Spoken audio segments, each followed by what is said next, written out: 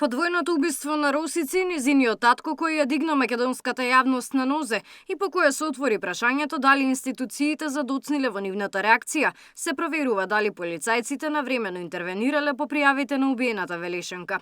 Министерот за внатрешни работи засител изјави дека оставка нема да даде како што побарале денеска од СДСМ, а прстот за задоцнети реакции го впери кон судот и обвинителството. Во оваа ситуација, јас не велам дали имало или немало вина и во рамки на постапувањето на Министерството за внатрешни работи. Има внатрешна контрола, ќе покаже истрагата дали Министерството затаило или не затаило. Ама срамно е да се лаже јавноста и да се манипулира од тоа Тошковски е крив.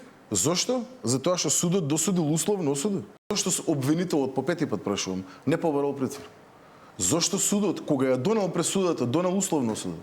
Зошто? Зошто не донел казна затвор?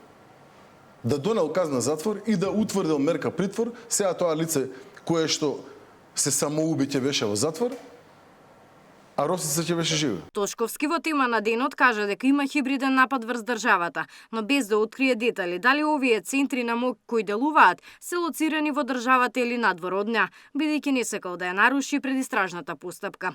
За последната серија на пожари како Дрисло, Вардариште и Трубарево вели дека има над 20 осумничени. Сомневањата дека пожарите се подметнати се засилени по последниот случај на пожарот во автосервисот во Пинтија, каде камерите уловија лице кое полева автомобили со гориво, па потоа ги пали.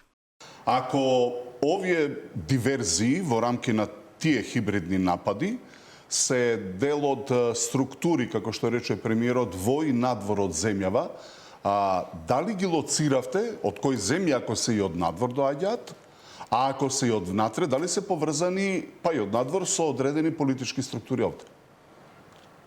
Во овој момент нити би можел да потврдам ова кој што кажавте, нити би можел да го негирам.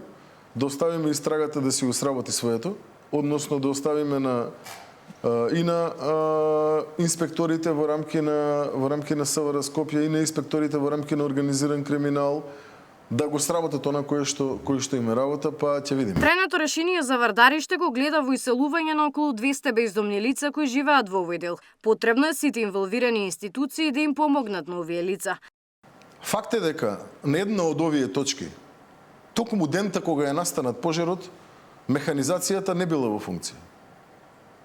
Факт е дека оние кои што требало да ја обсервираат една од овие 4 критични точки согласно закони, согласно подзаконски акти, дента кога настанал пожарот, дел биле на болување случајно, дел биле на работа, дел биле на други места и така натаму и така натаму. Факт е дека одредени столбови на кои што имало одредени средства за наблюдување биле случајно бутнати.